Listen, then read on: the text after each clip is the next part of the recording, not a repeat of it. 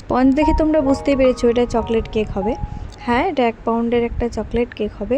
Birthday cake ছিল, customise ছিল না। কাস্টমার বলেছিল তোমার যেমন খুশি বানিয়ে দিতে, তো আমি কেকটা আমার মন মতোই বানিয়েছি।